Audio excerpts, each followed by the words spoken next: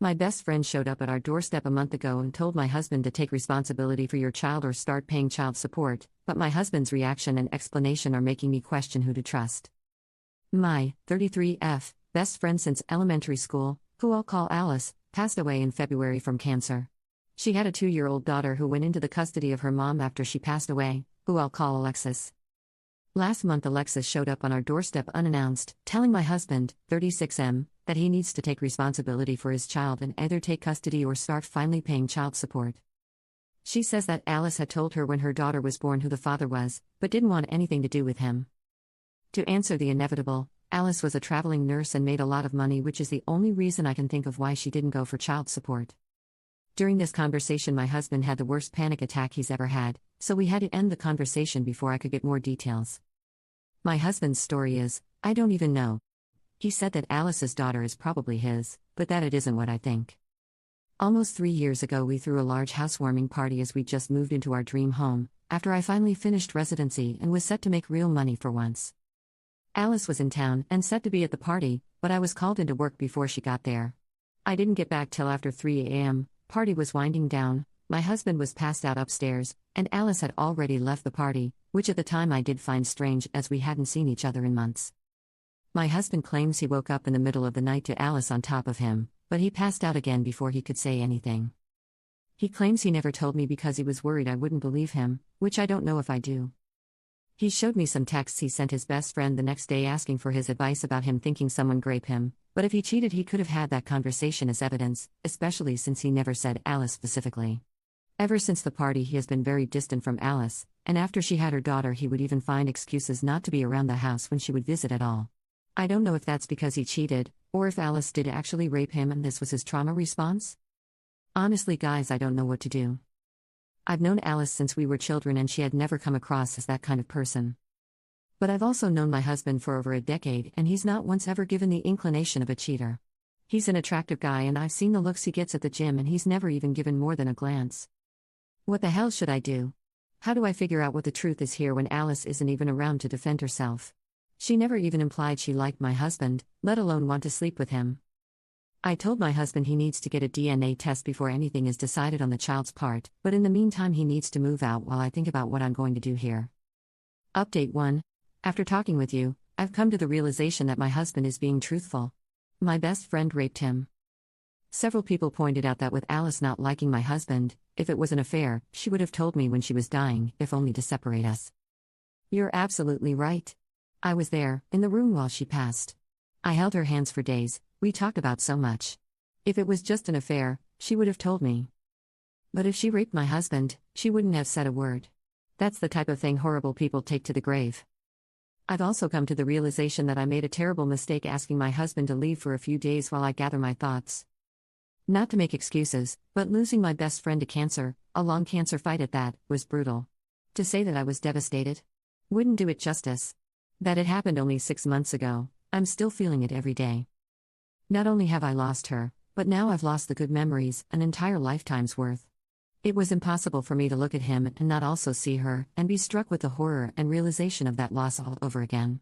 I felt I needed to be able to break down, grieve, and think without the fresh wave of loss I got every time I saw him. It was wrong of me to ask him to leave, you're right though, and as of a few minutes ago I've righted this wrong.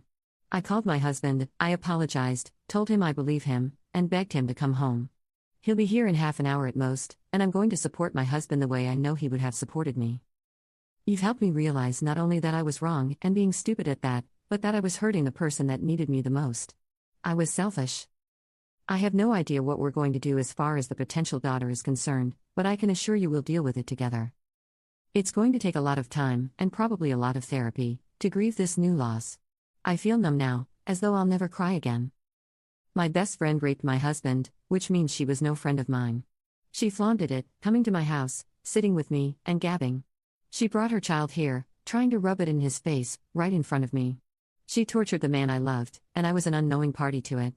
I feel sick to my stomach over how many times she came over, just to hold it over him.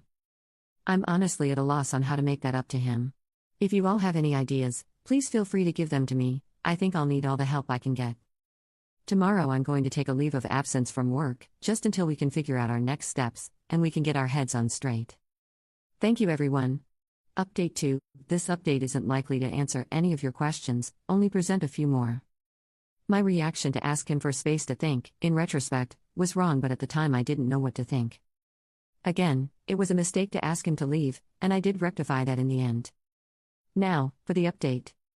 As mentioned in the original post, I did take a leave of absence from work and we spent a long time just being together. Talking, reaffirming our love for one another, and figuring out what to do next. We of course spoke with a lawyer, and my husband was very adamant about not having anything to do with the child, but was willing to offer financial support as needed. So we agreed to do a DNA test immediately to prove paternity, and then go from there. Didn't know you could buy tests on Amazon, but with only a few weeks processing it was the easiest path forward since Alexis lives hours away. To everyone's surprise, Alice's daughter is not my husband. We ended up testing twice, both very, very definitive. The first test we performed ourselves as mentioned, and another after Alexis refused to believe the first test, and took my husband to court for child support. For a single second this whole thing made me second guess if my husband was raped, that this could have been her way of forcing my husband to admit to an affair, but after talking with Alexis, I don't think that was the plan. Alexis says that Alice told her my husband was the father under strict confidence, demanding that she never, ever tell me or my husband. We were only ever to be told if Alexis died before Alice's daughter was old enough to take care of herself, so that she wouldn't end up in foster care. The only reason Alexis came to us then, instead of keeping that secret, is because Alice's life insurance wasn't being released yet, and she was out of options. She also felt I should know my husband and her daughter had had an affair. This all reaffirms in my mind that Alice did rape my husband, with the expectation of getting pregnant with his child. She obviously had other partners at the time, since one of them fathered her daughter, but no one knows who. It's clear to me that Alice believed it was my husband. I did suggest Alexis upload a sample to Ancestry, see if any matches pop up, but as Alice traveled all over for work, I don't know that anything will ever come of that. In truth, I've washed my hands of the situation. Alice did enough damage, and I don't particularly plan to be around for any more. My husband and I have gone through a lot of counseling, and will likely continue for a while. This whole situation damaged us both, my husband more obviously, and I don't think we'll fully heal for a very long while. To answer a few questions. My husband and I are not getting divorced. He understands why I reacted the way I did, and has been strong when I was weak before. I've spent the past 7 months being strong while he was weak, so we're considering the whole thing even. We are still madly in love, and plan to be together for a long time. Still more on this. No, we will not be adopting Alice's child. If she had been my husband's, we would not have been adopting the child.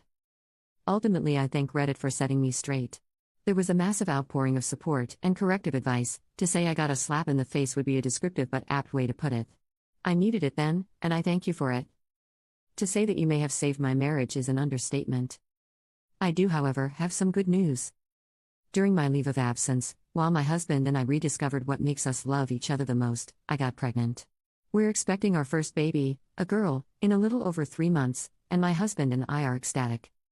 And no, we will not be naming her after my dead ex-best friend.